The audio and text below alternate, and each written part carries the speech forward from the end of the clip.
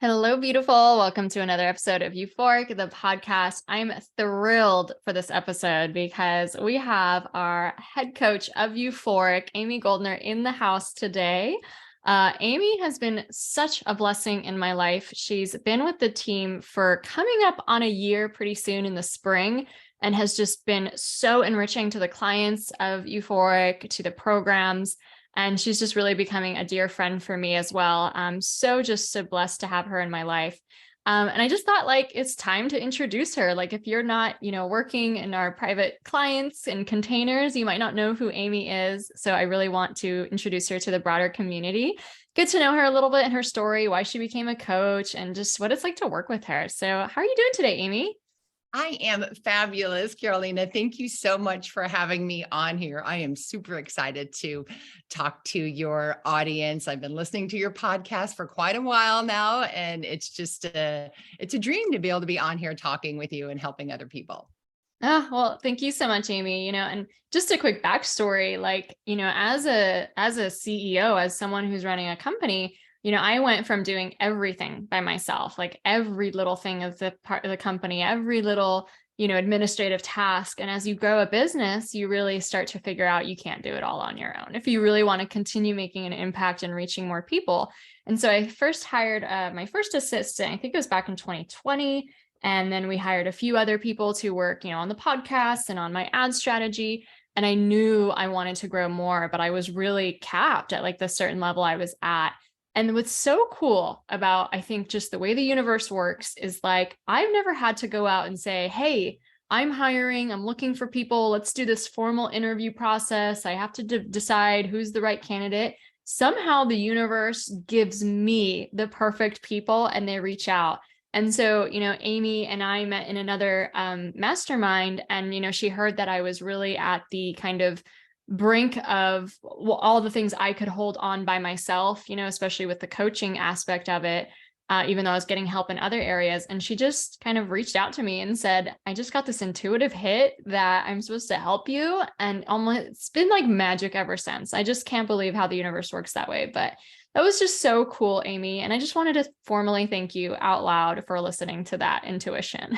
Oh, you are so welcome. It just really drew me into your programs and messaging. And yeah, that intuition, that little hit, that's just such a theme for my journey once I stopped drinking. That's just been such a really big part of it, and learning to listen to it. And that day and that mastermind, there was that gut feeling of like, I think maybe I could help her. I think this is where I've been led to work. And, it was really scary. I didn't know exactly what you needed or what I could offer, but I just listened to that tug on the intuition. And here we are.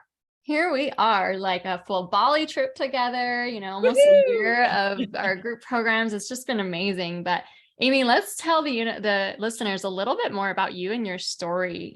So obviously you had a relationship with alcohol that you've, ditched and kind of reawakened to your greater purpose now. So walk us back into that past. Like what did your drinking look like? And how did you come to recognize that you wanted to change your relationship with alcohol? And then what did you do? Sure. So there was a really neat book I read a little while ago by Elizabeth Vargas. It was like her memoirs on drinking. And she talked in that book about the progression of alcohol consumption as 3 M's. She said it was magic to medicine to misery. And I thought that described my story just exactly. And thankfully, I have a 4th M, which is mindset shift. So on the magic part of alcohol for me, I didn't grow up in a house with very much drinking. My mom drank on special occasions, really only. My dad, I don't think I ever saw him drink. And I think that was in large part due to the fact that both of my grandfathers had pretty severe problems with alcohol. My mom's dad went to some type of rehab program, I think, middle to, maybe last third of his life. And my dad's dad battled addictions with gambling and alcohol. And, I would hear stories growing up about my dad walking to school with holes in his shoes and clothes that didn't fit. All the while my grandpa would take, the paycheck and just hit the bar or go to the horse races and all of that. So it wasn't a big part of my home life. I didn't drink in high school really at all.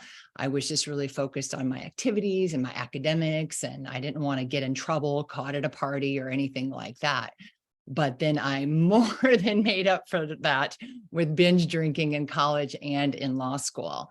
So I grew up in Iowa, as some of your program participants know. And according to the latest statistics, Iowa is the second worst state in the country when it comes to excessive drinking. So I had plenty of company and people around me once I did decide to try this alcohol thing. So I made so many bad choices, had blackouts, endured horrific hangovers, but it seemed like everybody else around me was doing the same thing, So then when I went to law school and then started my legal career at a big firm that was in the mid 90s, I traded my cheap, Keystone Light and my Long Island iced teas for wine.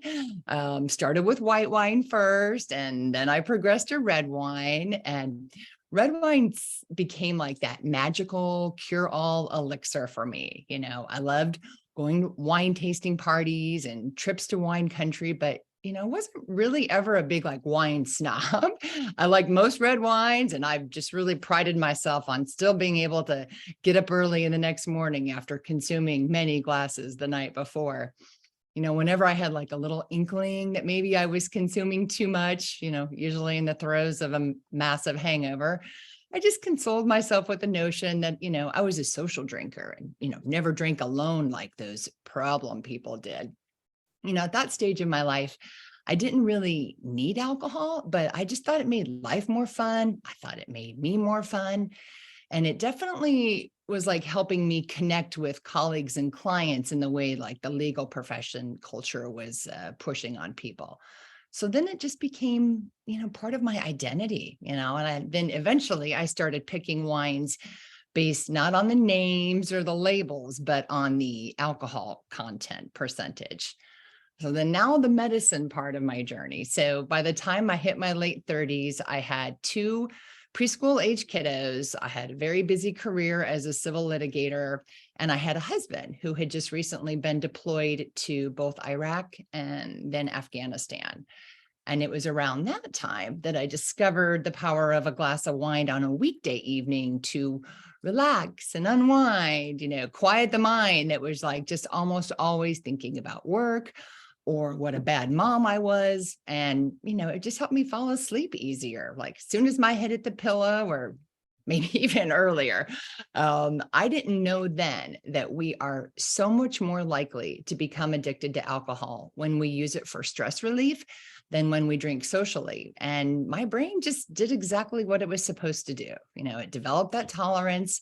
Then I started to need more and more for the same effect. And it wasn't long before a glass of wine a night became at least a bottle of wine almost every single night. So like many states, California has a mandatory 1-hour continuing education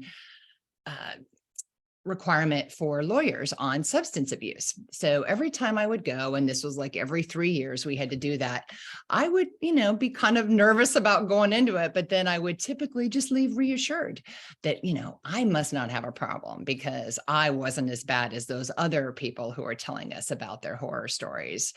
And the alcohol wasn't talking back to me. It wasn't getting in trouble at school. At that phase, it was the glue holding that proverbial shit show together. And then now the misery part. So a friend of mine once said, and I didn't get it at the time, but I got it much later. She said, alcohol is the great escape until it isn't.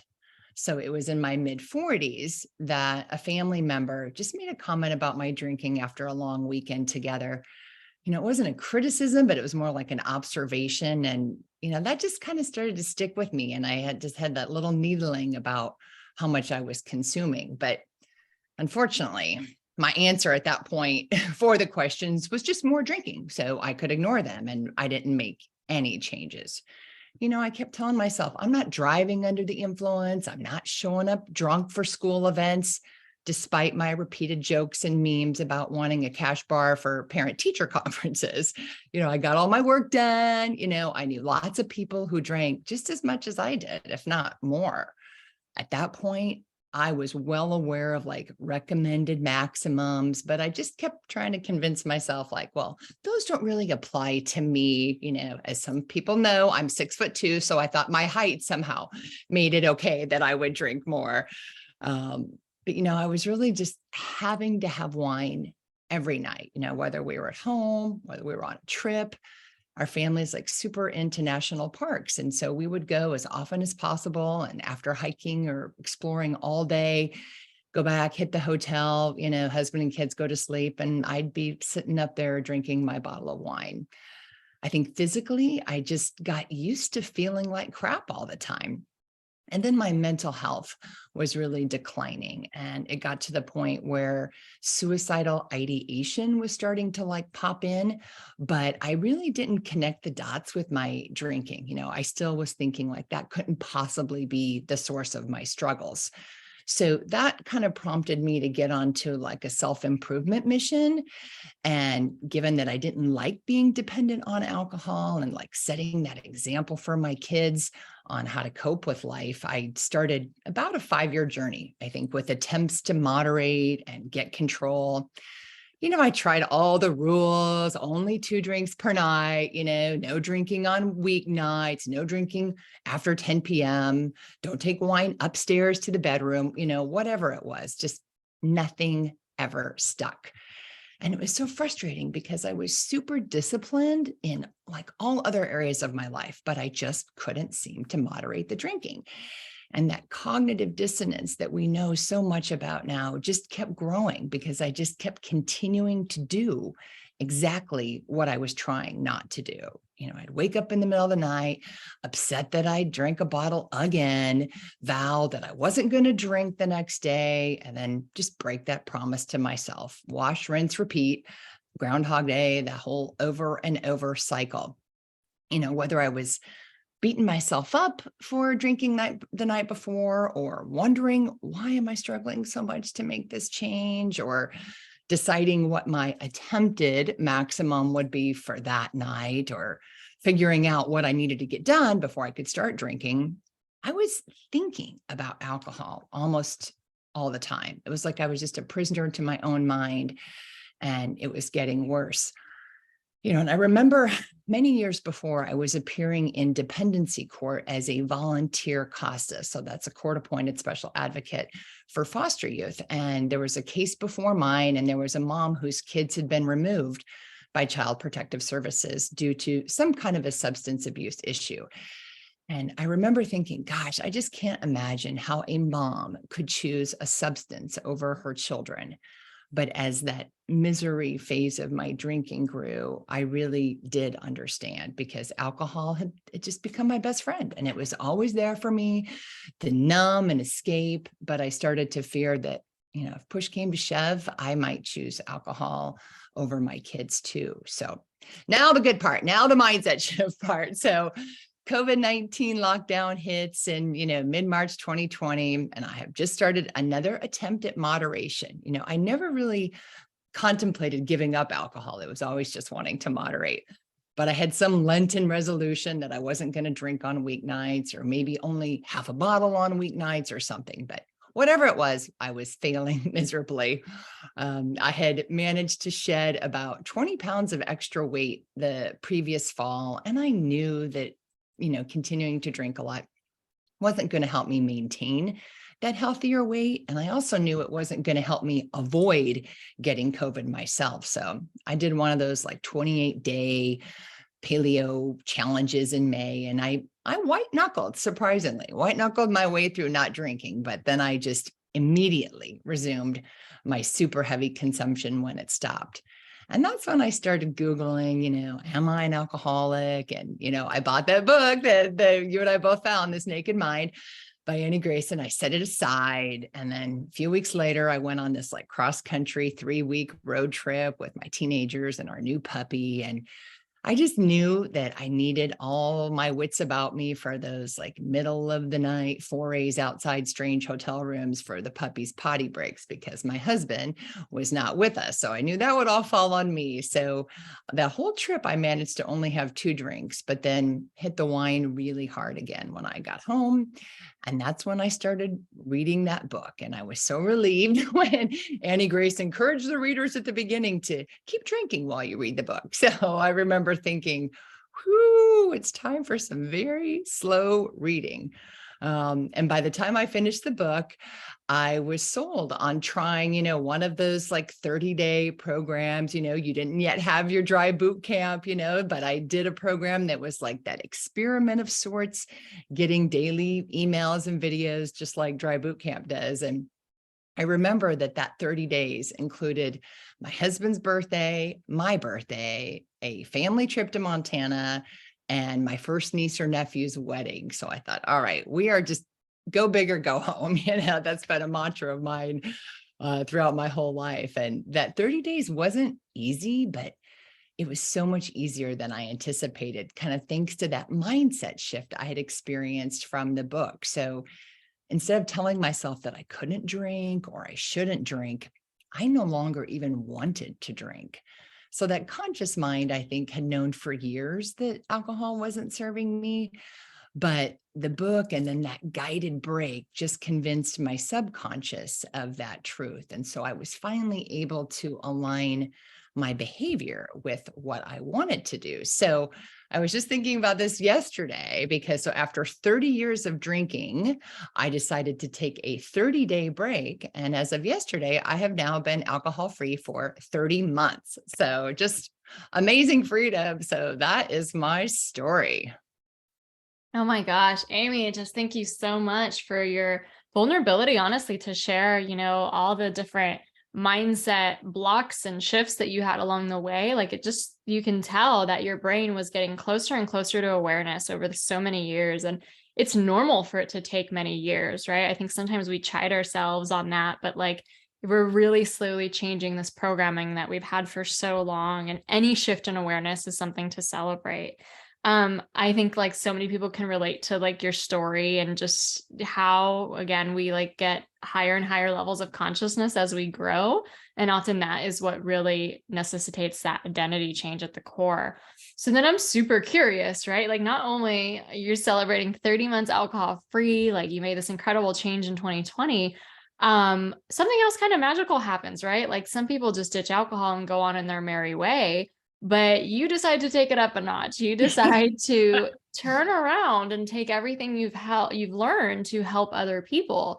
So like, how did you decide to become a coach at that point? And like, what was it about becoming a coach that really spoke to you when you were deciding that? Yeah. So, as alcohol just was becoming a smaller and smaller kind of part of my life, I was realizing that, it was just kind of irrelevant to me. I just had this really inescapable tug on my heart. And I use that phrase a lot. Sometimes I think it's just like higher power or spirit or whatever it is, universe. But I just had this tug that I wanted to help others reframe the role of alcohol in their lives. It was just such a magical mindset shift for me. And I couldn't believe that I had struggled for so long. And I've known lots of people, of course, throughout my life that have struggled with alcohol and done a variety of programs. And I just thought, I want to help other people have the success that I've had with alcohol. And I didn't know how or when I would do that. And then I received like an email about a coaching certification class. And I had never envisioned myself as a coach for anything beyond like my daughter's, preschool t-ball team. But I'd also never felt so compelled to pursue something as this pull to help people who were struggling like I was. So of course I considered the option of like, oh, should I become a therapist? Lord knows I'd been a huge fan of therapy for many, many years. But throughout my life, and I was really into sports growing up, coaches of all types have had such a positive impact on me. So then I started to do a little bit of research, like, the difference between a coach and a therapist. And I learned that coaches are action oriented. They are these wounded healers with whom you develop a relationship as they share their stories and their experience and training and education. And I just found myself really gravitating toward that. I just love that idea of helping people go from point A to point B in the best, quickest way, clear out those obstacles with a really forward focus in mind, not dwelling on the past, and not focusing on why they're at point A. So I just love that idea of like being an outside observer, helping people to see what they couldn't see. I thought as a former basketball player growing up, there was a comparison in my mind of a player who might suddenly be struggling with making their shot. And I thought, they don't always know kind of what they're missing, but then a shot coach can watch them and check their form and positioning, kind of see where maybe they're out of alignment, and then help them with those little tweaks that can make a really big impact. And that's what I love the idea of, or that's what I loved about about coaching for people struggling with alcohol. I also really like the idea of being a short-term helper. Like I wanted to teach people how to coach themselves and not make them dependent on me. So over the years, I had really learned about the power and beauty of being authentic. So I was drawn to that concept, which is different with therapists, of course, but with coaches, you get to vulnerably share your own struggles along with the tried and proven tactics that are both evidence-based and that I could personally vouch for. So I just realized that I really wanted to help others find that life-changing freedom. I wanted to inspire, I wanted to listen, I wanted to care, I wanted to provide that play-by-play of proven tactics and methods. I've always loved the Ram Dass quote, "We're all just walking each other home." And I thought, as a certified coach, I would have that fortune of accompanying other people on their journey to become free of the chains of alcohol and just become the best versions of themselves. At times, of course, I thought, oh, I wish I'd known about coaching years before. I could have hired a coach to help me with alcohol and save myself and my kids. Just so much heartache and shame. But I've learned from all of this, not to dwell on the shame of that. I instead try to focus on the gifts that all of those experiences brought me and how they now enable me to better help other people who was struggling like I was. So, my mind still tries to, again, take me to that shame place. Those are like really deep neural pathways. And I was very, very hard on myself, like super, super nasty inner critic. In my first part of my life, that nasty inner critic was, I thought, a key to any success that I had. She just loved to shine a spotlight on any of those areas where I was stumbling rather than where I was making progress. But as with so many other aspects of our lives, sometimes those coping mechanisms that we used early in our lives don't work anymore. And we need to find new ones if we're going to grow and evolve into the people that we are meant to be. So it takes a lot of time and effort, I think, to focus on the good and see the flowers instead of just the weeds, which is a favorite line of one of my favorite author, or a favorite line of one of my favorite authors, Rachel Stafford. And now I get to help clients do that. I get to help them see the flowers and not just the weeds. Yeah. Oh my gosh, Amy, I think this part of your story, so many people can relate to too, because like, if we're really allowing ourselves to kind of zoom out and look at the bigger picture of our lives, like I really do believe that deep down, when we're connected to ourselves, we just want to help other people. We just want to know that like our lives made a difference to other people, that we can make, an impact in someone else's life. Like that is truly one of the most fulfilling feelings in the world. And you could call it selfish, and it's the most selfless thing at the same time too. You know what I mean? Like when we find fulfillment in helping other people, we are making the world a better place. And I think that there's so much discontent that can happen with a lot of our like modern day careers, because that feels like that's the missing piece. Like I worked, for example, for a university who talked all about the social innovation and sustainability and all these like good buzzword terms. but I couldn't within my role see how I was really making that difference. You know what I mean? I couldn't really intimately feel it and see it. Maybe sometimes these one-off situations, sure. But like, even I think sometimes you work for like a really great, company, like, I don't know, I don't want to put any company under the bus, but like some socially responsible company, but you still don't feel in the core that you're personally making a difference. And so that, combined also with this idea of like creating a legacy or having more freedom or financial freedom or like a career that you can control yourself. I just think so many people go through this change and then want to become coaches themselves. But then there's that other voice that's like, who the hell do you think you are? Like, who are you to step into this? And all the voice of reason or the skeptic or whatever, this won't pay the bills, all that crap. What were your hesitations as you were looking at becoming certified? Oh, well, we could talk for hours about the hesitations, I mean, it was just like, hell yes, exactly what you said. You've talked in this podcast and in your programs a lot about limiting beliefs. And boy, did they come crawling out of the woodwork and every possible nook and cranny as soon as I started thinking about becoming a coach. I think right away, my inner critic was saying, it'll take too much time. It'll cost too much money. There are already enough coaches out there already. And the biggest of all was that imposter syndrome, which you just kind of alluded to there. Like, who in the hell do you think you are? Yeah, you've ditched alcohol, but you've still got struggles and problems in your life. How could you possibly help someone else? That idea that I needed to have everything in my life completely perfect before I could coach.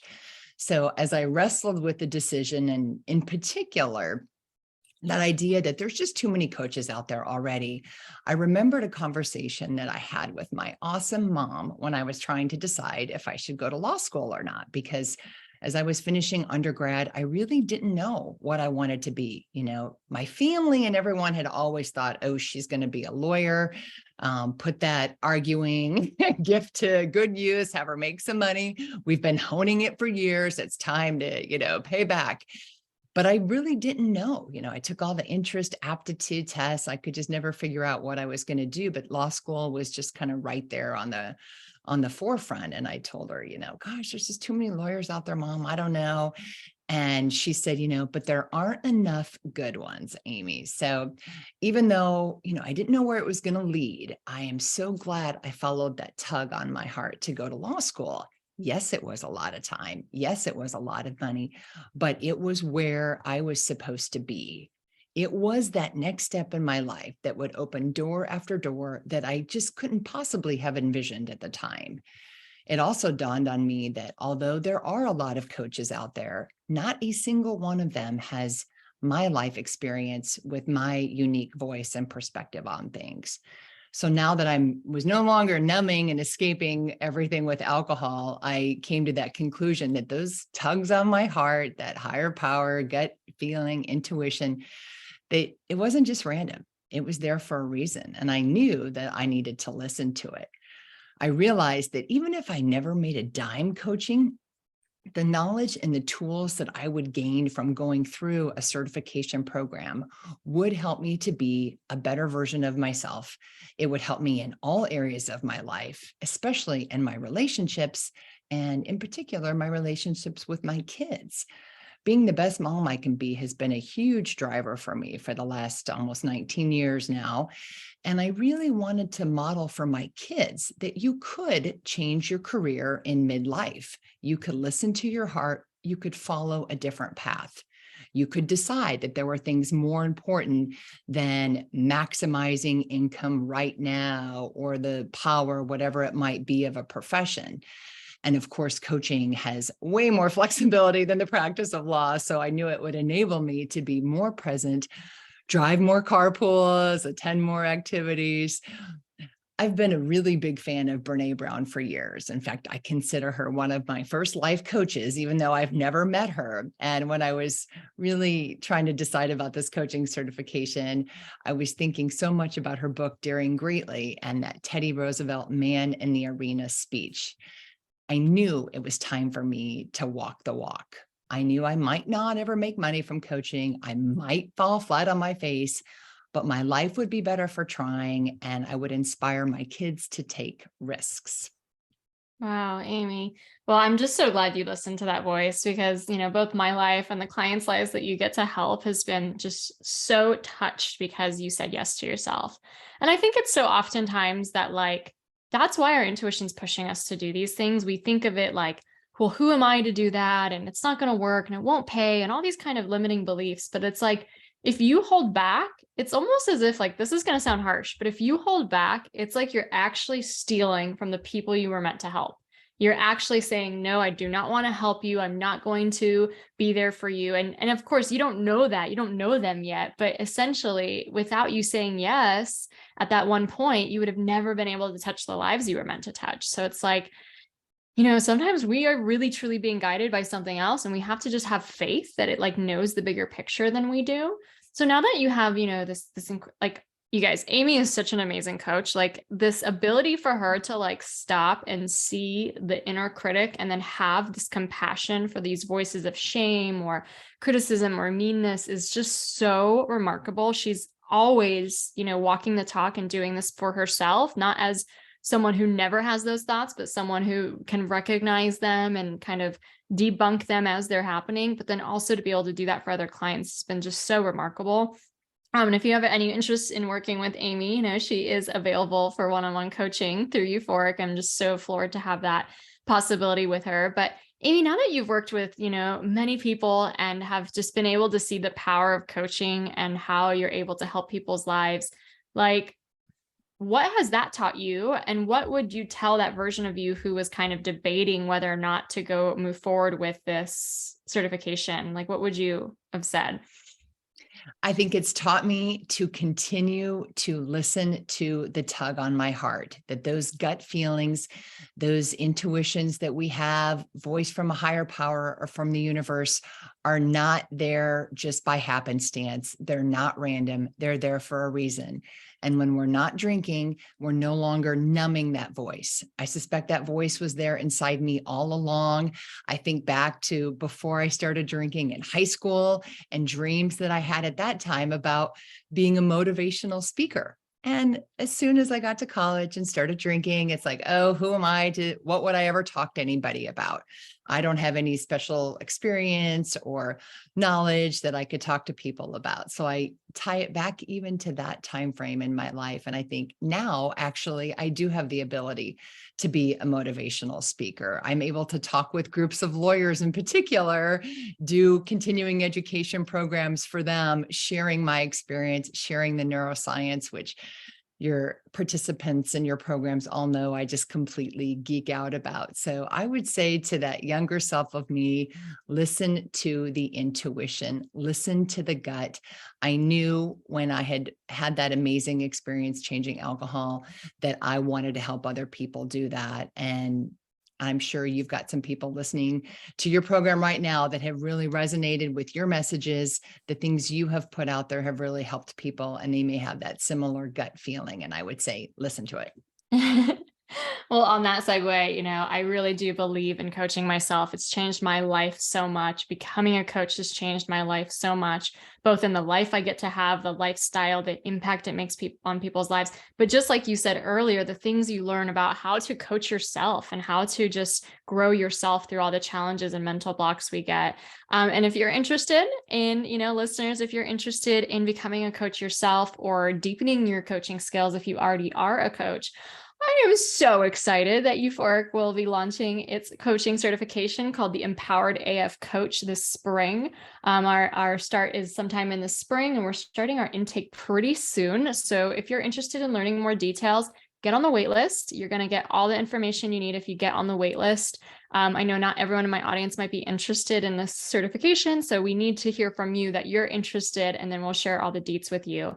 I'm really excited about this one because, I'm so passionate about alcohol-free coaching specifically, but I also found that sometimes when you're working with a client on alcohol, you're also working on 5 other things with them. I mean, it's life, right? Their relationships, their career, their goals and dreams.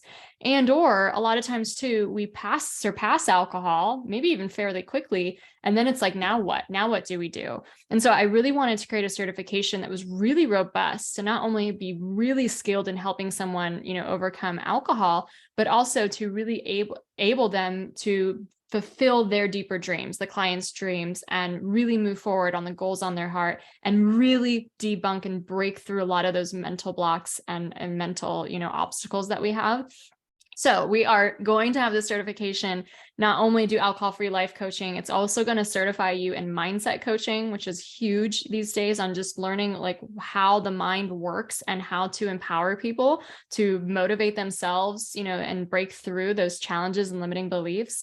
We also are doing a certification in success coaching. So all things on empowerment and manifestation and really helping people to achieve those next goals and dreams on their heart. And then I'm super excited. We're also doing NLP. So that's Neuro-Linguistic Programming, which is honestly in so many ways the bedrock of life coaching. Like it's interwoven in so many coaching practices and we don't even know, but really having a formal certification in that to really understand how NLP works, and a lot of fun techniques that come through that to really make a huge difference in your clients' lives so that you feel confident. And I can tell you that I've done a few I have a handful of coaching certifications under my belt these days.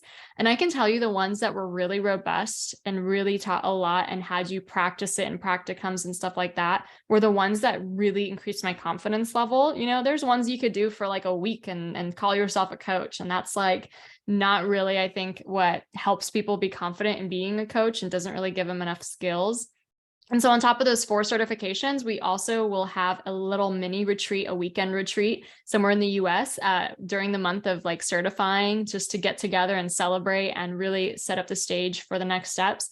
And then 4 months of business masterminding as well. So wherever you are, whether you're just starting to launch a business or you're already a coach and wanting to grow your business, we're really going to master the energetics of how to be successful as a coaching business and literally how to scale to 6 figures and beyond.